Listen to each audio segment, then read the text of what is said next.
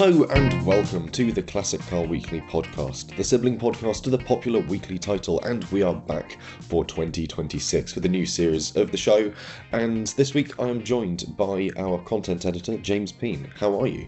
Hello, I'm very good, thank you.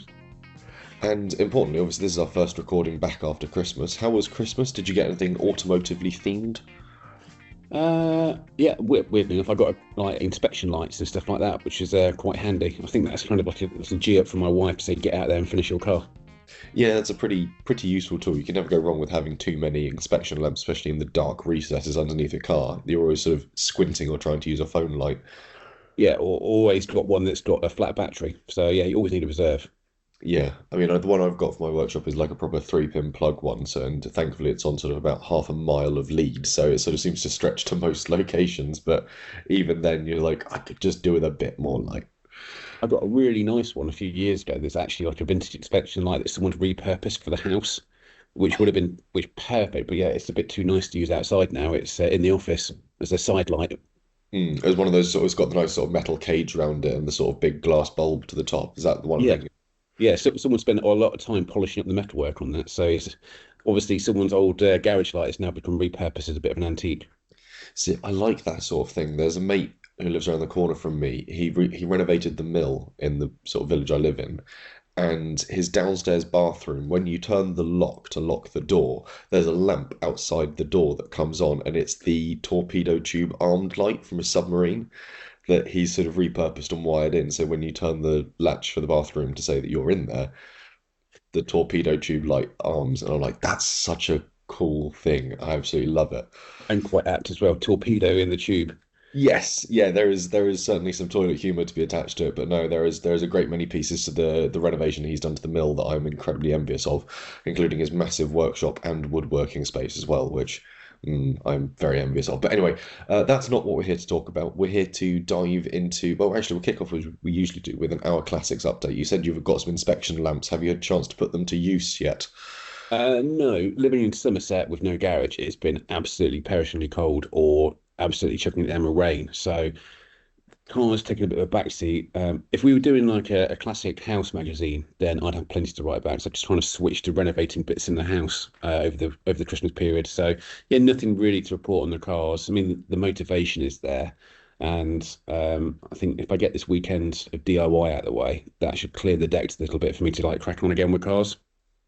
What's been on the house list? What's been sort of the targets? Well, we had the kitchen done, so I've been painting cabinets, which is tedious but rewarding because they look good. And weirdly enough, I found all of the original door handles that had been taken off in the cellar. So I spent a few days over Christmas renovating those. So got the metal polish out, cleaned up all the brasswork, reinstated those. So as I say, if this was a magazine about houses, plenty to write about. But yeah, Spin-off nothing. Classic House Weekly. Yeah, exactly. Not to be confused with Classic House Music Weekly, which would also be probably quite an interesting magazine. But Yeah. You mean you've got plenty of stuff done over Christmas? I've seen. I've been following you on Instagram. I've been out and about over Christmas. I haven't, thankfully, haven't had to do much to the car over Christmas. Trying to think what.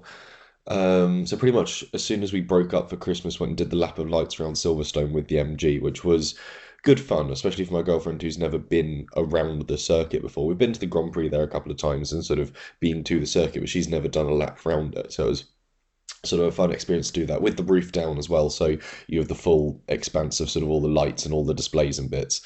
And that was quite good fun, as well as sort of pulling along the main Grand Prix grid. Obviously, everyone's slowing down to try and do a race start from sort of pole position. And it's sort of quite a fun game to try and line yourself up in a grid box as you sort of trundle along, come to a stop. Because with Formula One, they have the yellow bar that extends across the front of the grid box. That's where your front wheels must align with. And it's quite fun to try and be able to do that from sat obviously quite low in an MG midget. You've only got the sort of raised arches of sort of the front wings and try and sort of picture roughly your car positioning. It sort of makes you think a little bit and engage. And then obviously sort of tearing away from pole position at Silverstone in your own sports car is quite a fun experience, especially because you've got the roof down. You can hear a lot of people whooping and cheering as you do so. It's yeah, one of those sort of fun moments. So that was quite good fun. Caffeine and a machine with friends afterwards for that one. We did, I think, obviously the classic, we did plum pudding races at Mallory Park, which was very cold and a bit wet and greasy. Racing didn't actually start till midday. They had to wait for the sun to move around to defrost half the circuit, which was about standard for that. But there were some interesting classics out and about there. Some great motorbike racing as well, which is a nice just trip out with Dad, to be fair. It's sort of one of our Boxing Day habits is there's no point sitting down and watching The Great Escape for the 15th time. We might as well go and do something. And Mallory's reasonably close, so hop in the truck and drive up for that one. And then it was Classic Car Weekly Meet at Withall. That was really nice to actually catch up with some familiar faces, see some readers, some brilliant cars there as well, including a Triumph Stag Estate, which was as a fascinating build story to I think Practical Classics have covered it before as well. But this was supposed to, I think it's Del Lyons, a rally car driver, wanted something he could tow his rally cars with.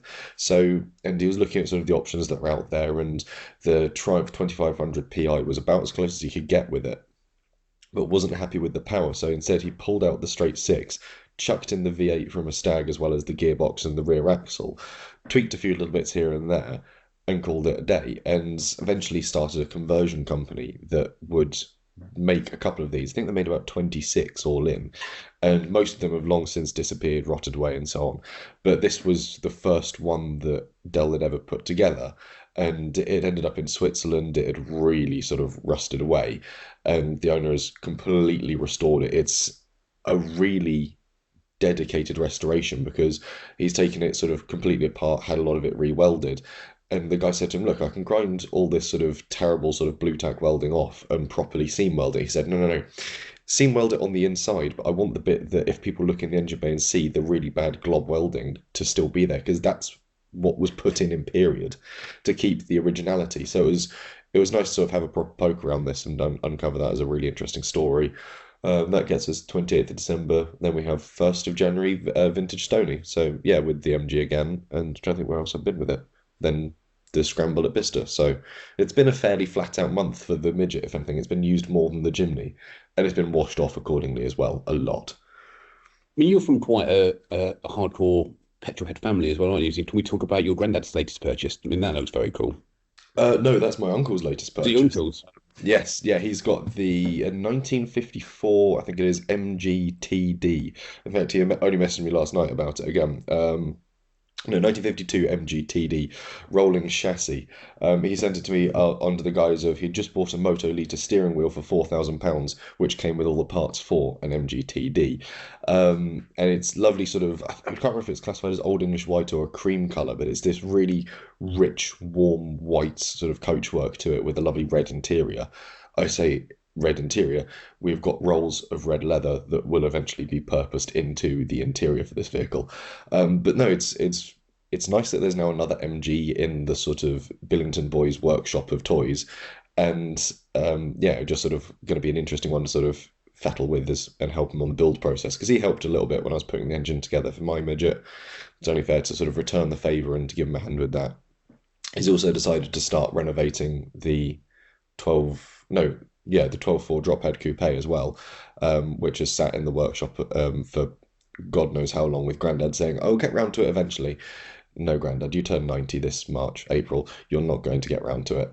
So, yeah, that's now also Rob's problem to solve. So he's got two vintage sports cars to start sort of fettling and rebuilding. So there's, yeah, plenty going on, and maybe I'll try and spin an hour classics out of it at some point. I think you definitely need to. I'd like to see what happens to that.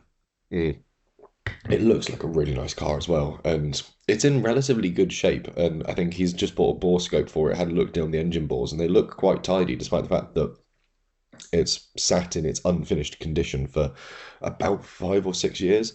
So it's been sort of looked after in its constituent parts remarkably well. It's just those constituent parts are now scattered across the workshop, and I have to keep wheeling it out the way to get to my own car. But we're getting there. It's yeah, interesting times, and hopefully something that will appear in the magazine at some point.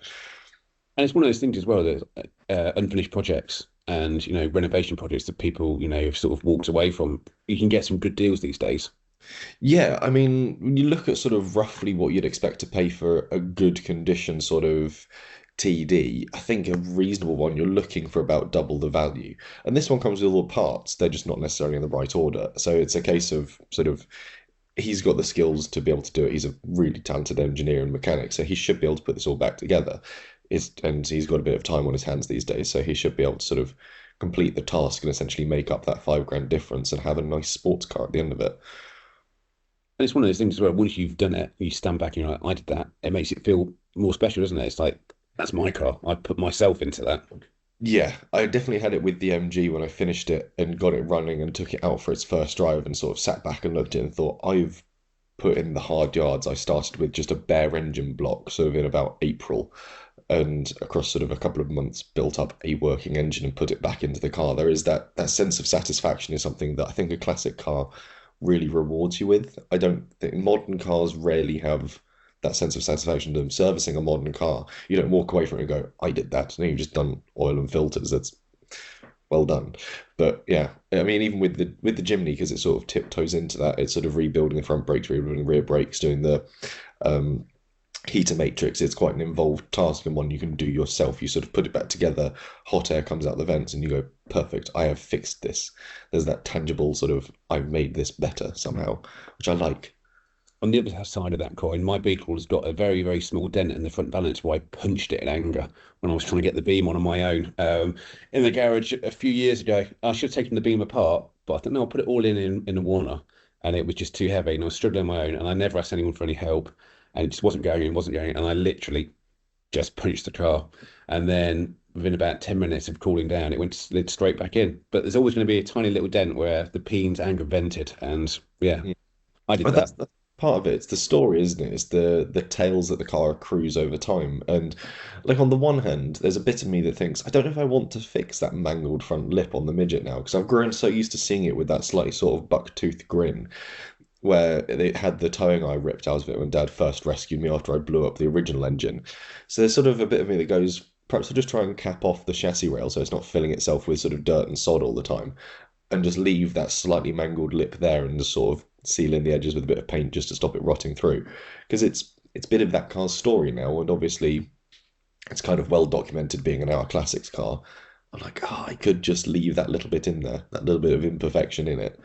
So especially because trying to blend that paint together is an absolute nightmare because it seems to every panel has been painted a slightly different shade of yellow.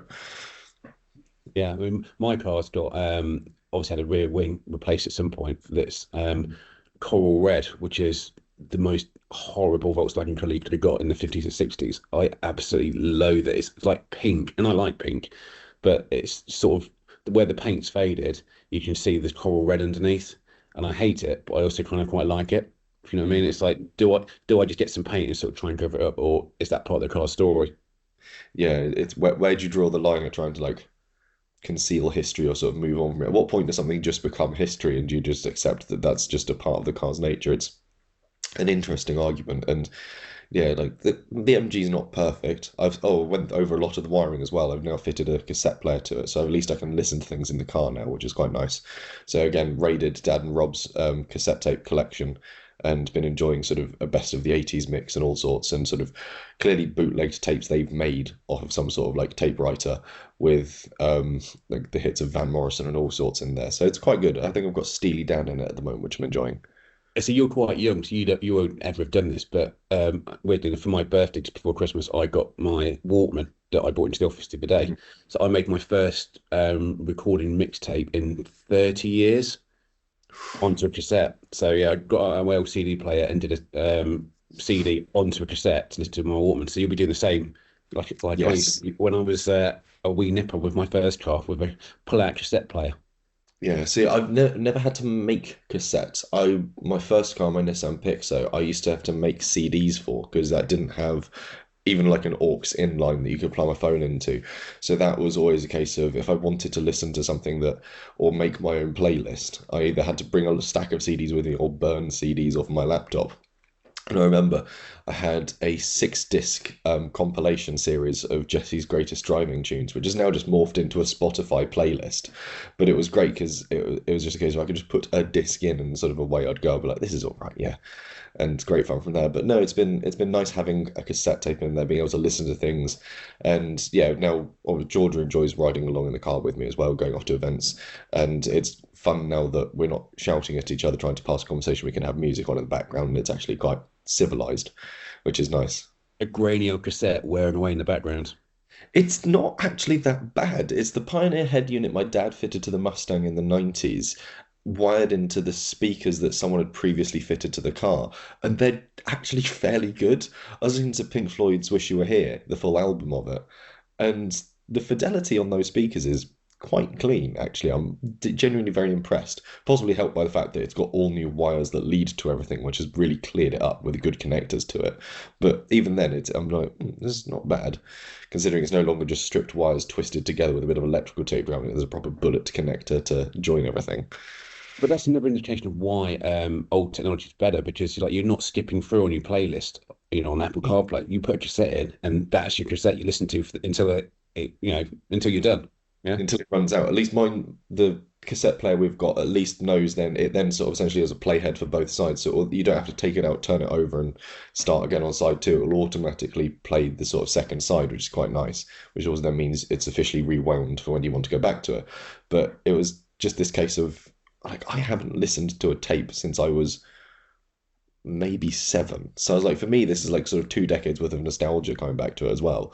And remembering so many of these cassettes, the ones that I used to sort of fiddle with and shuffle through and put into the Mustang's tape player from the passenger seat as a young boy going off to shows, events, and bits and pieces. So I was like, this is going back a bit, and now there is sort of a litter of tape cassettes just sort of in the little parcel shelf of the MG. But like music is like a classic car, isn't it? It's like people are going back to the old analog ways because Mm.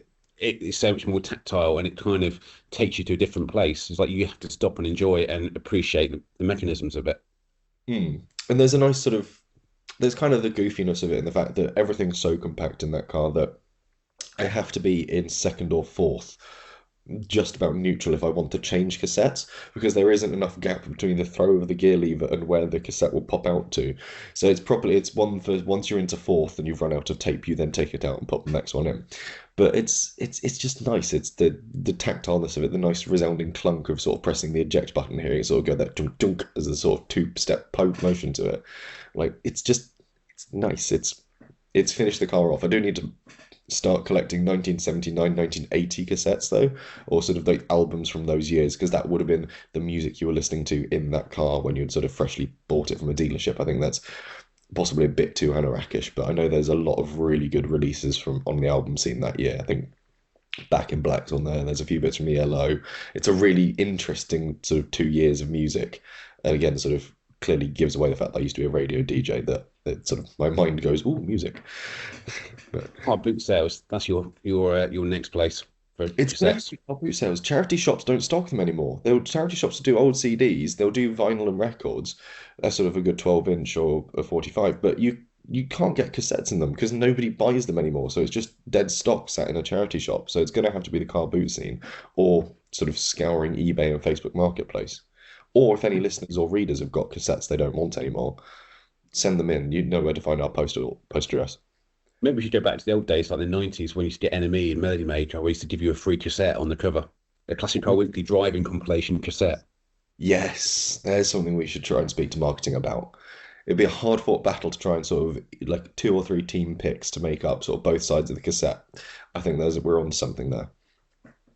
But anyway, when it comes to picks and certainly classic choices, we've got an interesting issue that's on sale at the moment because we've essentially got 50 great classic buys on offer, 10 of which come from Hagerty's Bull Market, which has some interesting choices to it and certainly some interesting price points.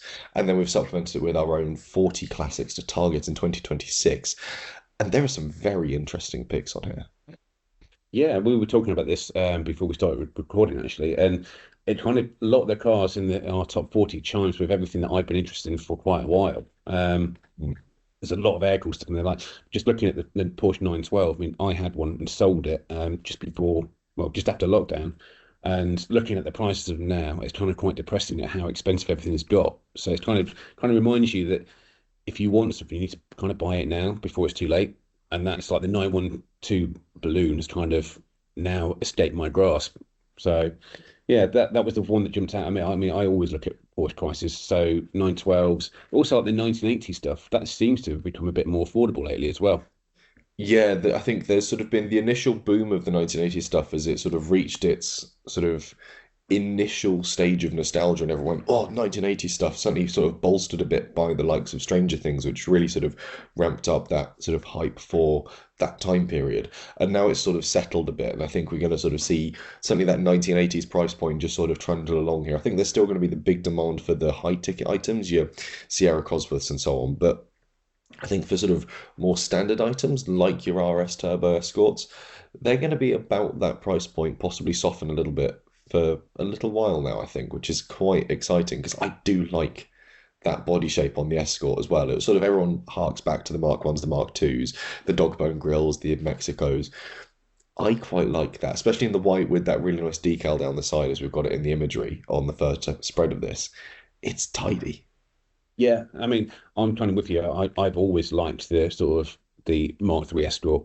That's kind of been that's kind of what I grew up with. That's so again, that comes back to what people's buying habits are. You know, people are buying the cars they remember. So I kind of remember my dad having, lesser spec Mark III Escorts like GLs and things like that. So yeah, and as you say, with the Stripe package, you can get a very 80s looking car these days. Mm. I mean, certainly around this price point, you can get some great looking bits as well. The Mark II, the Mark One MR2 for that matter as well, still really affordably priced. It's a car that's long been on the enthusiast scene. A lot of people buy them now, sort of because they're interested in their great cars to have, really good cars to drive and enjoy. And 5.5 for a Mark One, I think at that point you're paying for one that's had a bit of rust work done to it, and you're getting a really good car for that, I think. Yeah, I mean it's quite interesting as well, just sort of flicking through looking at the cars and the age brackets, and yeah, I mean, obviously we've got some like proper sort of 60s classics in there and 70s stuff, but it's mostly 80s and 90s classics that seem to be like the ones to watch out for in Mm. this year.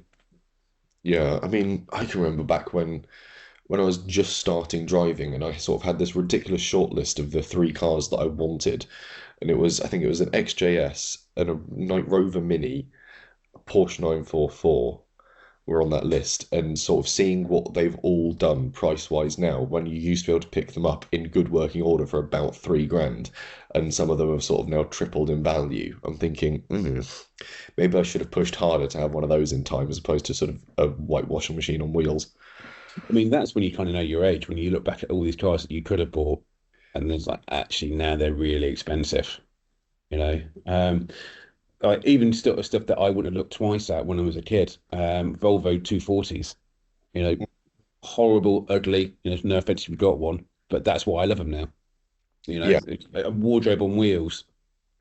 but also no one produces estate cars anymore. The body style in itself is sort of a history item. Nobody makes a long roof estate car, I don't think. I mean, you can get them from BMW, Audi, Mercedes, I think are about the only ones that do it because the saloon car is dying off, and as a result, the estate car is dying off. Volvo no longer sells a saloon or an estate in the UK.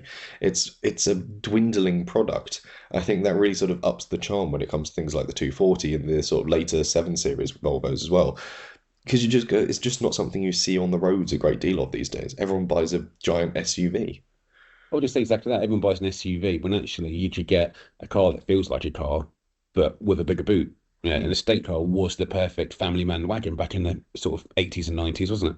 Yeah, you could fit everything in it, and even on the modern scene, yeah, you can put a lot of trickery into an SUV and make it handle, but it's easier to start with a fairly decent handling saloon and just make the boot bigger, and you've got something that looks better to my eye and still handles really nicely if you want something that's for the enthusiastic driver, but also it weighs less, it rides better. You've got an all-round better car making the estate. So, yeah, I'm constantly at a loss at the fact that we've lost the estate car as sort of a model.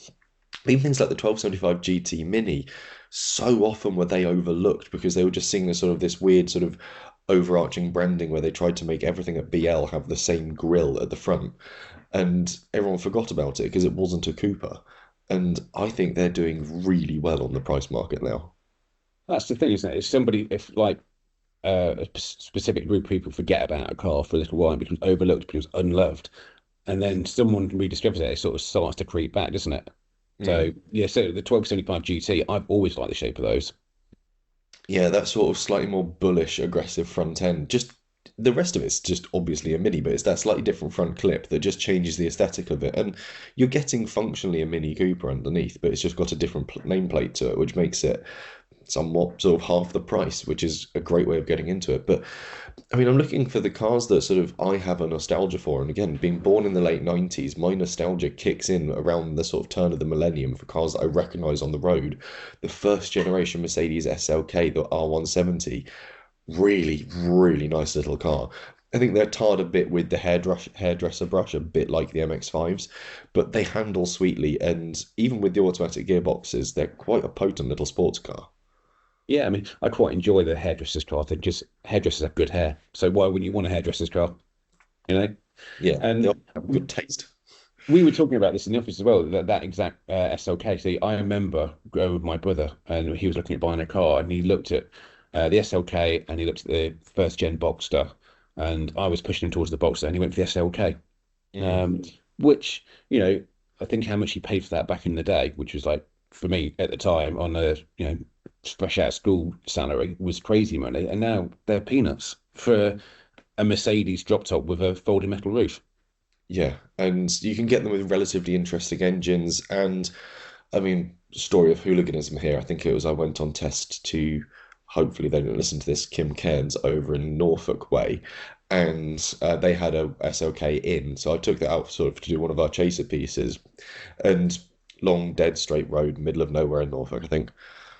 I wonder what the launch is like on one of these, just to sort of get a full idea of its performance window, see how much it's lost against sort of its original times, and sort of into drive, hold against the foot brake, sort of get a launch. I'm like, I can feel the back end squatting against the throttle here in the brakes. I'm thinking, release a bit of brake pressure, give it a bit more throttle, and it just sits there doing this most incredible standing burnout. I'm thinking, this is a tiny little muscle car with this sort of fizzy little engine at the front of it and a chassis that can actually handle the power that's being put through it. And I was like, this has changed my approach and appeal to these all of a sudden. I was like, actually, this is a bit of a fun little weapon. And I was immediately sold on it on the grounds of it could do an incredible standing burnout on relatively dry tarmac. If you've since bought that car, I suggest you probably change the rear tyres. Yeah. Hooligan behavior. But that's what, different strokes, different folks, isn't it? I mean, you could buy a car like that and you could drive it like a hairdresser, or you could buy it like drive like Jesse Billington.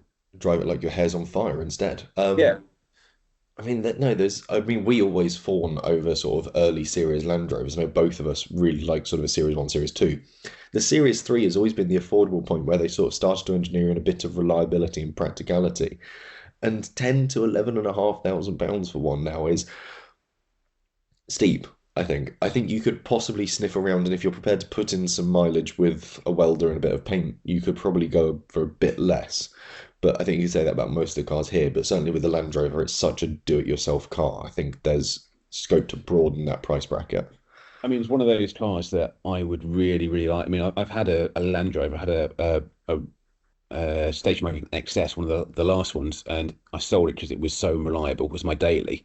But I Mhm. still look at Land Rovers, and I constantly look at Series Ones and Series Twos. I think they're the best looking, but probably not the most practical, or sort of thing I want to be going very far in. So I kind of then, as we say, you sort of cast the net a bit further. So you think Series Three, and now you look at the price of Series Three, because everyone thinks the same, don't they? Well, can't get a Series One, can't get a Series Two. Series Three might be a bit more usable and a more practical vehicle, and then buy one now before everyone else does. I think the Land Rover series and certainly the 90s, the 110s, and the later Defenders have all suffered from the changing market for the modern Defender in much the same way that we saw with sort of the fourth generation Jimny when that arrived. Suzuki realized they simply couldn't produce it quick enough. Prices for third gens went through the roof. I was getting offers of sort of 3 or 4 grand above the price that I'd paid for mine second hand. And people are going, no, we just want them at the moment. There's this insatiable market demand for them. And the sort of early Land Rovers, that body style of Land Rover, had the same thing when the new Defender arrived, and everyone realised it was just a tech fest. It wasn't something you could hose down inside and out. And I think it's still feeling sort of the aftershocks of that, and sort of with this sort of elevated price point. People just want an old Land Rover, one that they can rely on. And it's spread out into the Series sort of 1 and Series 2 Discoveries as well. They've become hugely sort of idolized cars for the fact that it's a Land Rover you could use and enjoy every day. It's relatively comfortable, but it will take you anywhere off road. And again, it's this sort of the changing market. You don't buy a Land Rover anymore to go off road. You buy it because it suggests that you might. Whereas people who actually want to go off road now just buy old Land Rovers. Yeah, I mean, so where I live, there's a service road at the back of my house, and there are five Land Rovers parked on different. I mean, obviously, one of the guys has got two of them, but they are all Series 2, Series 3, and the ones that are on the road and being used are all covered in mud because they actually go out and use them on the roads around here. You Mm. know, it just proves the longevity. If you buy the right one, you look after it. You know, it's still a very capable, usable vehicle. Yeah, buy it and look after it, I think, are the two important things. But no, it's a great one to sort of look at our sort of buying guide. But I want to sort of dive quickly into the Hagerty market one because there are some very interesting selections they've made. Certainly, they've gone for the second generation Mercedes-Benz SLK, but there's a few other cars on here that are quite interesting, and certainly things like the Vauxhall Viva, the HC, the later one, which they sort of float as their option for Festival of the Unexceptional, which I think is an interesting sort of. It's a good pick for it, certainly, and that we've seen classics of that era appear at the show before. And again, it's one of those cars that's been overlooked because it's not a Ford, and therefore it's become sort of quite attainable, and they're quite sweet little cars. Yeah, I think that's the thing. People are starting to look further than the Ford badge. You know, there's a lot of cool stuff out there for less money. Yeah, and this is one of them. Although I would say if you can find one, if you've got the money, look for one of the Brabham versions, which are properly hot, but very rare little things. There are other things like the MGA, which I've long touted as being an absolutely brilliant sports car. And again, if you shop around, you can find a decent one for well below the market value that Hagerty have touted here of £25,700. You could do far better for far less, I Yeah, think. And I love but them. They're brilliant cars. a beautiful, beautiful car. I mean, my overriding memory of driving those, the last one I drove was a long, long time ago, driving doing chasing cars for CCW. And I was driving it and it started to hail and I got hit in the eye with the biggest hailstone ever, and I literally could not see anything. I was just driving, trying not to get up the grass verge in the absolute chucking down hail with a like a black eye. But it was still a good fun car. But I've got that's my overriding memory of driving an MGA, getting hit in the face with a block of ice. I mean, my overriding memory of an MJ was having to rebuild the throttle linkage on one at Anglia Car Auctions when we went up to do one of our sort of group tests from there. And I remember sort of driving out of their sort of yard and thinking, not getting a lot out of the throttle here, maybe sort of 500 RPM sort of change every time I jab the throttle.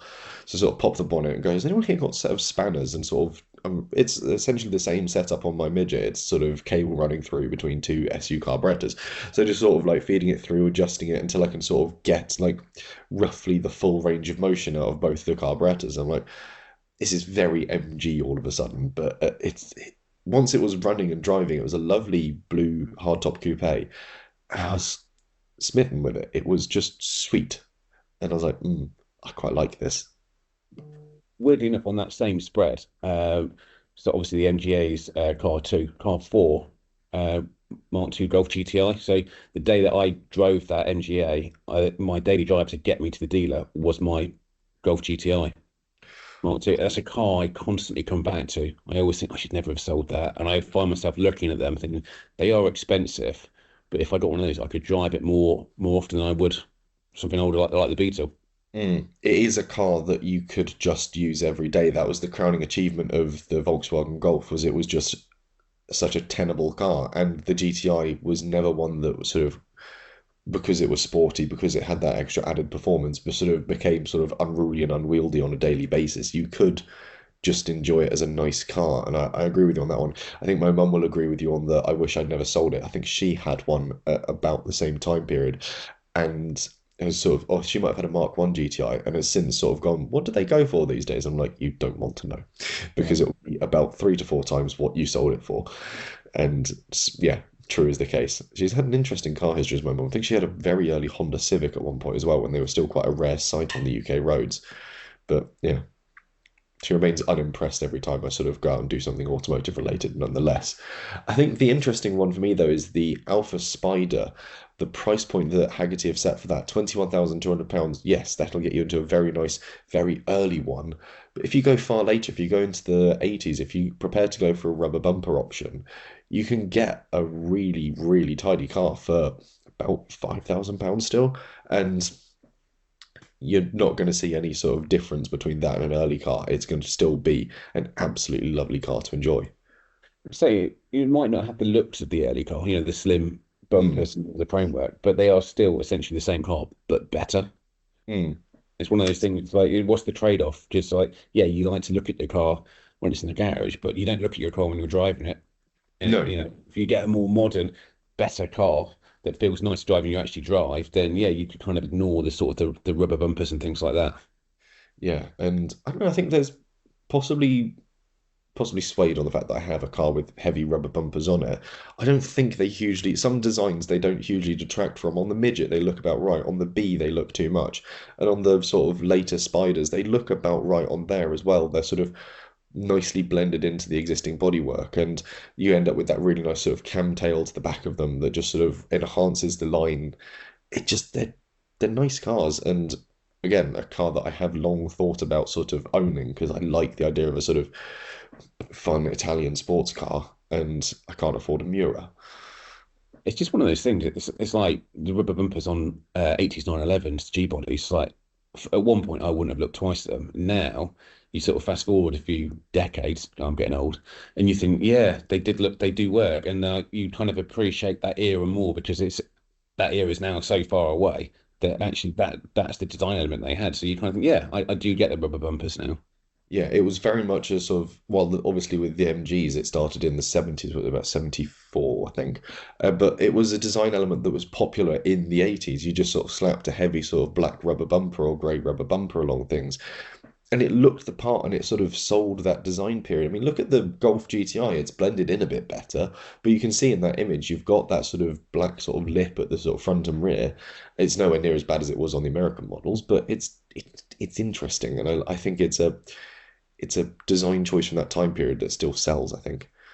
But like car number 8, the 996 911, it's Mm, like how maligned is that for its sort of Friday headlights?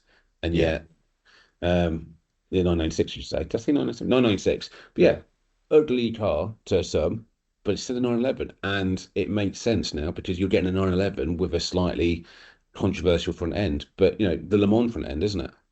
I don't think it's that controversial at all. Yeah, it's the same front clip that you'd see on like the GT1 Porsches, but I think it looks all right. I think as a piece of design, it's aged really nicely.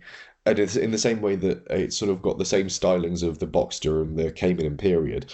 It's similar to how sort of Mini and British Leyland tried to do the 1275 grille, that sort of square grille with the round headlamp set aside. It's that sort of idea of what if we just made the front end of all the cars look the same? And everyone derided it in period, but now if you look at every Mercedes, they look the same from the front. It's sort of a design pattern that sort of keeps re-emerging, this idea of what if we just made them all look the same and made them just a bit bigger? Mm, Well, that's the thing is that everyone moans that all the cars look the same, and then someone tries to do something different. Oh, we don't like that. yeah. Yeah, it's like you're kind of damned if you do, damned if you don't. Yeah, I mean, how often do sort of people deride Porsche of never actually changing the design of the 911? It's just sort of they take a photocopy, they take an image of the previous generation, photocopy it 105%, so it gets a little bit bigger, and then go, there, it's the new 911. You're like, oh, yeah. And then the one year they try and do something different in 1997, they go, we've actually put some design effort into it. And they go, oh, I don't like it. Like, oh, okay. So if I had to tie you down to one of the cars from that list, that top 10, what would you go for? Ooh. Um, I think it's going to be the MGA. I I really, really like them. I'd have to obviously sort of go a bit cheaper than their sort of excellent condition 25,000 option, but maybe sort of sniff around for sort of a slightly ropey twin cam because I think it's just such an interesting point of MG's engineering, and they were trying new things and trying to sort of push the boundaries of what was capable with 1950s technology. I think it would be a really nice car to have, and again for a 50s sort of 60s sports car, it's the one that everyone forgets when you compare it to the Austin Healey's, the early E-types. It's the one that everyone ignored, even the sort of like the Healy 100s. Everyone bought those instead of the MGA. It's the forgotten child. So for me, that's where I'd go. That, and I've clearly become a bit of an MG fanatic since my ownership started. I think I'd still go for the Mark II Golf. I think big bumpers, eight valve doesn't bother me. I'd like one with power steering because my last one was non-assisted, which was quite heavy, but you get used to it. And a rainbow interior, rainbow seats. That's Jazzy. that ticks all my boxes. Yeah, same sort of really nice black paintwork to it, or something a little bit different because they did it I incredibly had well. I had a Calypso metallic, which everybody was like, "Yeah, you either love it or you hate it," and I loved it. I think white. You can't go wrong with a white Golf. 80s though, it's very 80s spec, white Golf GTI. Yeah, Yeah, very yuppies. That rounds off the Hagerty list. If we go back to the top 40, same question then, tie you down to a choice from there because there is a broad range, and this is a harder one to make that decision on. I think we spoke about all the cars that are genuinely on my list. I mean, I'd love to sort of buy and sell and work my way back up the food chain to another 912. I mean, that Mm. for me was like the best car I've owned. Yeah, I love Porsches. I'm not too bothered about going fast, so a 912 ticks all the right boxes for me. That still series Land Rovers talking about, again, that's something I can realistically see on my driveway in the future. Um, and also the I think maybe the Daimler, the V8 Daimler 250. That Yeah. I love that shape of Jag and Daimler, and the fact V8 and it's more affordable than a Mark II. They are sweet cars. I drove one last year at an iconic auctioneer sale, and they are the silkiness of that V8 is really, really nice. You just sort of put your foot down, it just sort of whirs like a sewing machine, and suddenly you've gained speed. It's yeah, beguiling in its performance. For me, I'm gonna have to go for a car that we haven't mentioned yet, and it's gonna be the 8996 Range Rover. I I just like it. I think that sort of going before the P38, I think it's sort of went just they got four doors. You've still got the split tailgate at the rear. It's just a nice car to own, and a car you could properly soak up some miles in, but also you wouldn't feel bad about actually using and sort of putting stuff in the boot, putting dogs, luggage, stuff in the back of it. You could use it as a daily vehicle. And also, you've got a Range Rover and you've got a proper one. It's one that screams class. I think for me personally, that's the last generation of Range Rover I would actually seriously consider. I think you're right. I think they look like a classy car. They're lovely to drive, and they just look like, you know, a bit of class if you want to go out in the countryside somewhere. It's a car that you could properly get out of it wearing barber jacket and muddy wellies or black tie, and both times it looks appropriate for the event and the occasion. And it's just that sort of perfect balance of it. I often, as much as I love the MG, you feel silly getting out of it wearing a suit. It's a bright yellow sports car that's arrived sort of snorting and popping and banging. And you arrive at a car show wearing jeans and a shirt, yeah, fine, but you can't pull up to a formal occasion in it. But the Range Rover, you could pull up to a formal occasion in, and people would go, "Oh yes, a distinguished gentleman's arrived." But you could also pull up to a shoot, you could pull up to the tidy tip, you could pull up to the dog park in the Range Rover, and it just works. And I think 8 to 9.5 is you're getting a very good one for that. I think you could probably go a bit ropier if you're prepared to do a little bit of panel work and maybe retrim a few bits and pieces. Up front And though, it's just that Rover V8. It's a doddle to stay on top of. and if you bought one for a little bit less, you could buy a Labrador to go in the back as well. Mm. Although my girlfriend prefers smaller dogs, so I think a border terrier would really rattle around in the back of a Range Rover, but it'd be the most luxuriously transported border terrier imaginable.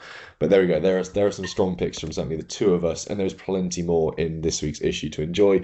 Obviously, we've got a buying guide for the Jensen Interceptor, car we haven't mentioned yet as a buying option, but obviously turns 60 this year and is a very sweet car, but falls way outside of my price range for sure. And on top of that, we look ahead to Retromobile. We've got out and about looking ahead at Salon Retromobile in Paris. Plenty to enjoy at this year's event as it celebrates a massive milestone. And the way we were heads off to Northampton in 1967 with a very busy scene there and some interesting cars. That's actually an MGTD, looping back to where we started the episode. I think there is an MGTD tucked somewhere in the middle of that. So, plenty to enjoy. Otherwise, James, you got anything else to add? No, it's what day? Friday here, so I've got a few bits of news to finish up before we call it a week. No, we've got plenty to look forward to in next week's issue, and we've even got some coverage from the Bicester Scramble from last weekend going in as well. So, yeah, the massive Tom Walkinshaw Racing display. There was a celebration of the end of Group B as well, and already tickets are sold out for the April Scramble as well. They sold out in, I think it was 11 hours. It was previously it's taken a week to sell out. Now it's taken less than a day. So I'm glad that I've already got mine. So yeah, we'll see how that goes. But otherwise, that's everything for this week's episode of the Classic Car Weekly podcast. We'll be back next week with another issue of paper and another edition of the show. Thank you very much for listening.